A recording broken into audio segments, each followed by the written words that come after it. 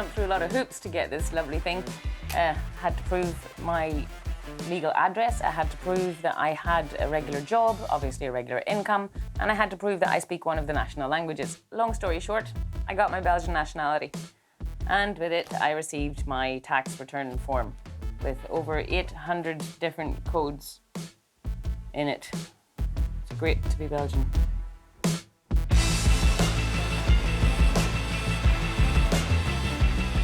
Welkom bij de 25e aflevering van Fans of Flanders, seizoen 4. Op het menu deze week. Charles uit Canada vertelt over 400 jaar Shakespeare. Gemengde koppels halen hun vuilste woorden boven. We tonen deel 2 van onze reeks over de val van Antwerpen. En Rio de Janeiro viert Moederdag met zijn eenzame buurvrouwtje.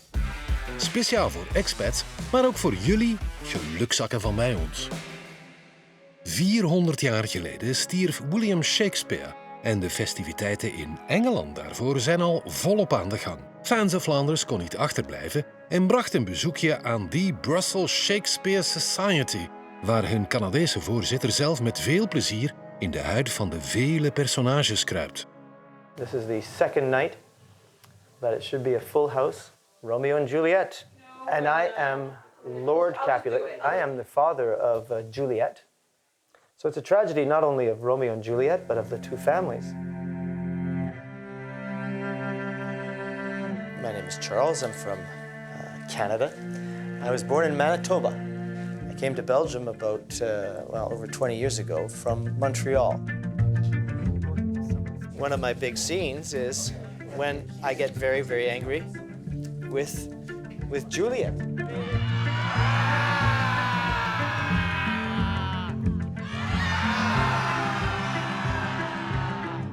And that's our warm-up. When I was about 8 or 9 years old, I got a board game.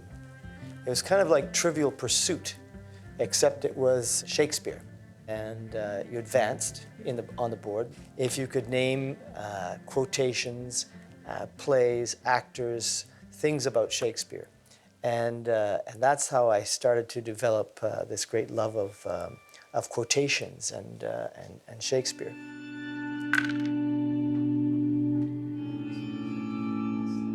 If I give you a phrase like, to be or not to be, that is the question. That's Shakespeare.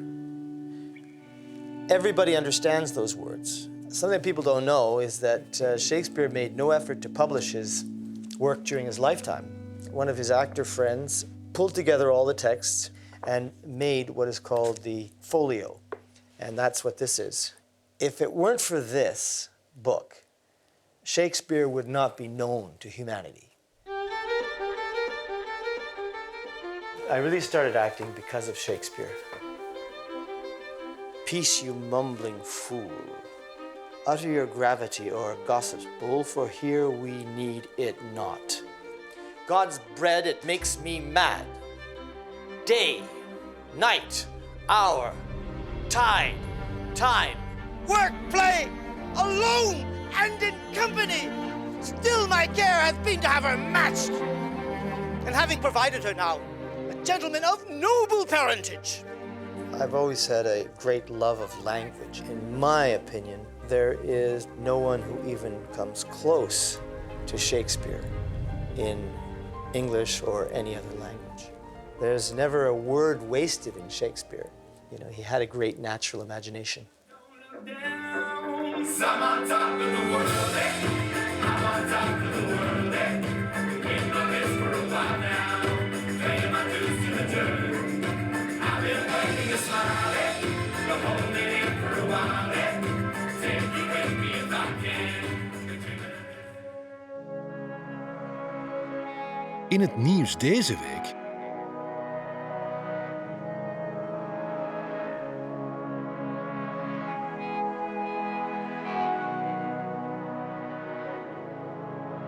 Eén dans, geef me één dans met de duivel.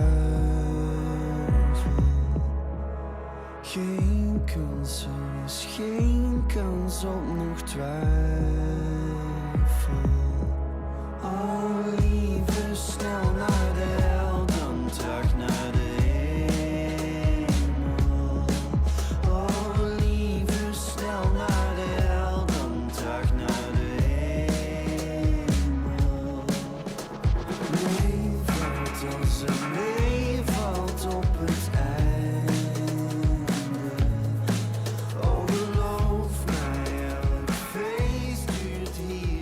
right and wrong are a little bit more confusing nowadays. Could be because the police state of Belgium has the examples of their Antwerp police force beating people up and taking their money, and now just recently their Brussels police force stopping foreigners in their cars and blackmailing them. You would think that these guys had a boss, someone who would tell them to stop all that and do their jobs. Maybe the Minister of Internal Affairs. Oh, he's the lad that was caught speeding at 150. Perhaps that explains it. De een is Belg, de ander is expat. We vroegen gemengde koppels naar de opvallendste verschillen in hun relatie. Deze week stelden we de vraag: wat is er onbeleefd bij jullie? What we consider as a rude things? Just we try not to blow or clean our noses like so loud, like here. I find the Belgians do things that you wouldn't do in Ireland. Such as? Such as pulling over in a car and having a pee wherever you want. Sometimes you see people standing still in the road, giving a hug or kissing each other. Yeah. For him, he's always like, what are they doing in the middle of the street? It's a strange thing. For me, it was a thing to adjust. Like when we go for a walk, I want to hold hands or give me a hug or give me something more. But he was like, no, we don't do that. We're not used to it. She had a blast learning me bad words, like in every language. You learned me some bad, I forgot them. Yeah, it's good that you forgot, because I don't say it myself. They say in Ireland that cursing is a way of polluting the English language and getting back at the English for invading Ireland for so long. Yeah, you're swearing when we're watching TV. Well, football. Yeah, you're swearing, and yeah, it's not so. No, it's not nice for us. When you're cheering for your team or so, no? No. Feckin' hell. Fecker. Fecker? Allee, go on. What you gonna come up with? Gobshite. By looking straight in someone's eyes, it's disrespectful in our cultures. So you have to always you look once and you bow. Shithog. Don't look at me. I don't know them. It's normal in the Philippines and not here that you spank your children when they did something wrong or they did something rude. Everyone who is entering your house, it doesn't matter who are them, friends or not, you have to offer, at least you have to offer bread and you have to offer the tea. It can be the worker who came just to replace your tap. It doesn't matter. Yeah, gobshite, fecker, shithog. You have a book on Irish curses, don't you? Yes, I do. Yes, But I don't know where it is. I don't know where it is. Yeah, my kids loved it though. Yes. In Uganda, you don't eat with your left hand. It's completely an abomination. We regard the left hand as a dirty hand. The clean one is the right one. I wouldn't do it when I speak Dutch, but I do it in English. Godverdomme. I don't do that. I never say that now, but I do say it in English. I do it, yeah. It's very strange, yeah.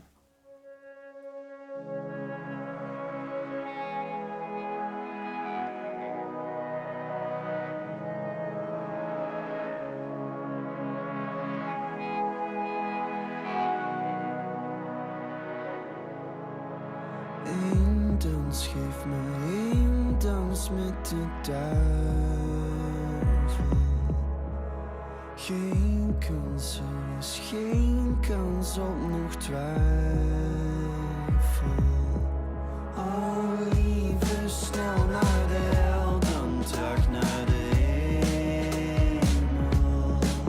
Oh, lieve, snel naar de hel, dan terug naar de hemel. Meevalt als er meevalt op het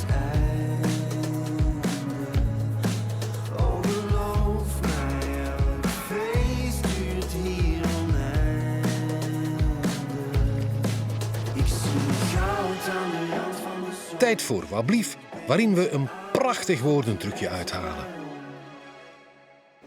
Hello, welcome again to Wablief. Are you Zen? Because I am Zen. And if we both could be Zen, then that would be the perfect time to explain the word trak to you. Now, trak is one of those countless words in our language that we did not bother to translate from French. Trak means stage fright. Shaky underlip, sweaty hands, a high voice. Yes, when you have to go on stage and explain all you know about subcultures in Molenbeek. Now, the other quite similar word we didn't even bother to find a decent alternative for is trik-trak. Not to be confused with these little mints that freeze the roof of your mouth. No, our trik-trak is your backgammon. And the word comes from the sound these pieces make as you move them. Trik-trak, trik-trak. Makes a lot more sense than calling it backgammon, no?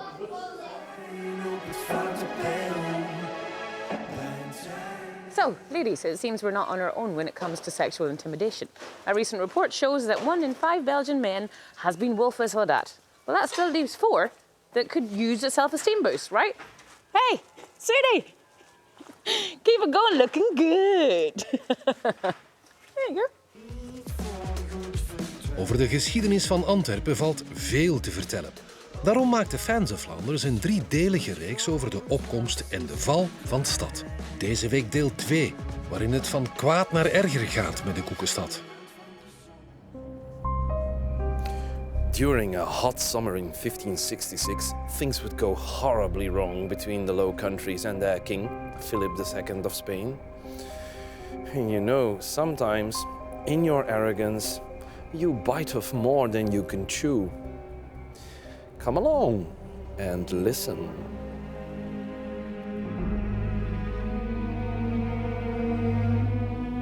This cathedral was one of the crime scenes. What happened? Well, Philip II of Spain started a fanatical religious persecution. When the nobles of these 17 provinces complained to the governor, persecutions were softened. Well, this caused a boom of Protestantism in these Low Countries, and Protestant ministers started stirring up the public. And then, in August, during this hot summer of 1566, all hell broke loose. In an uprising that is known as the Beeldenstorm, people started to demolish and pillage the property of Catholic churches. The heart of this Beeldenstorm was situated in the county of Flanders, but it took only 10 days for it to reach Antwerp.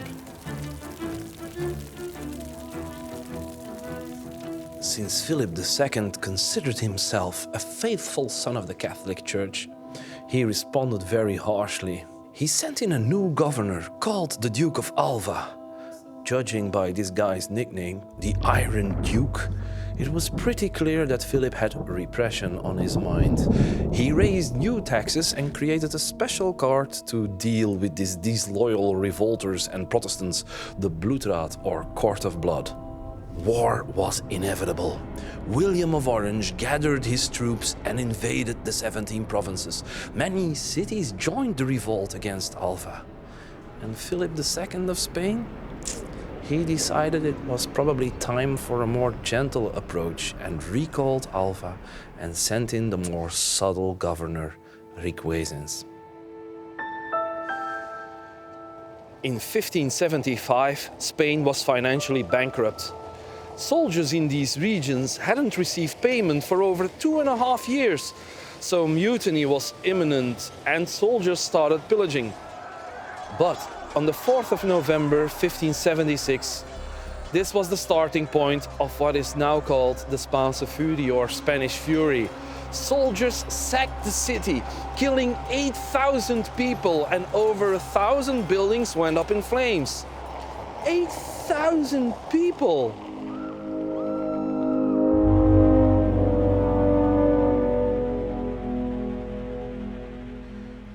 Four days later, the rebels reacted with the pacification of Ghent. In this document, they proclaimed the unity of the rebels in their resistance against Spanish rule. The cities and regions who signed this document swore that they would not rest until the last Spanish soldier would be removed from these 17 provinces. And so they did, and quite successfully they started driving out the Spanish. And by 1577, some cities like Antwerp, Ghent and Brussels had become autonomous Protestant city republics. The new governor, Don Juan, and King Philip just had to give in.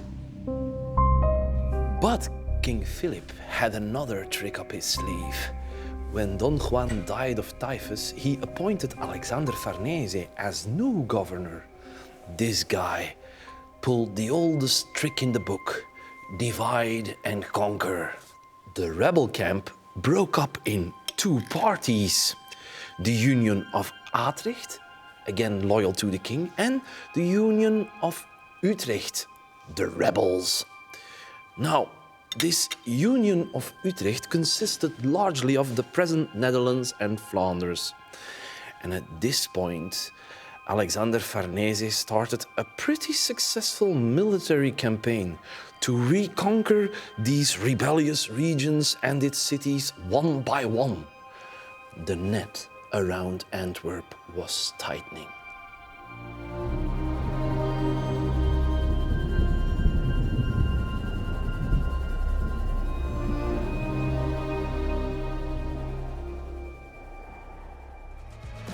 Voor wie het nu pas beseft, is het waarschijnlijk al te laat, maar vandaag was het wel degelijk Moederdag.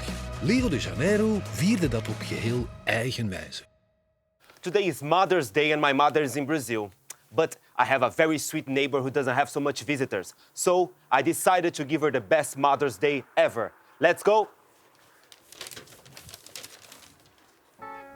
Happy Mother's Day, honey.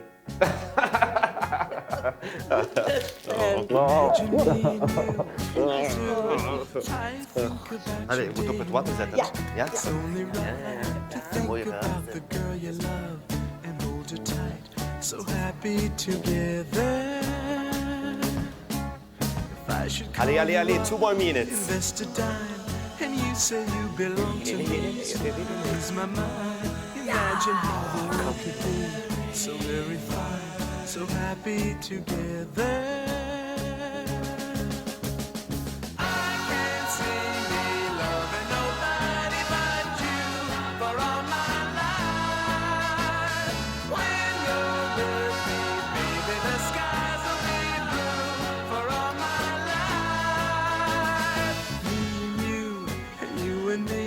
No matter how they toss the dice, it had to be. The only one for me is you, and you for me, so happy together. I can't see me loving nobody but you for all my life. When you're with me, baby, the skies will be blue for all my life.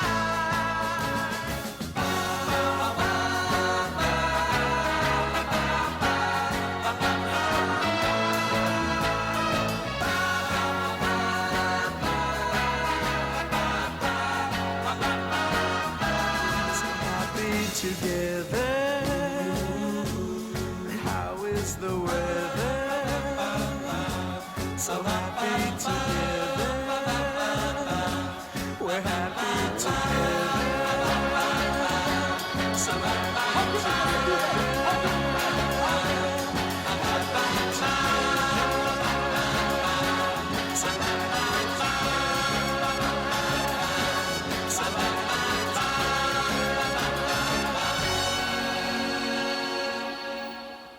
Ooh, what a day.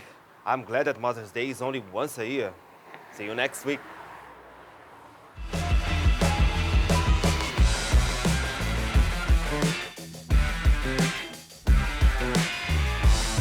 When you stand first time in front of the orchestra, it's like to come in a cage with the tigers, you know, because you don't know what to do, how to do, and theoretically you know what you should do, but you should feel it. Contact between musicians, you should create it.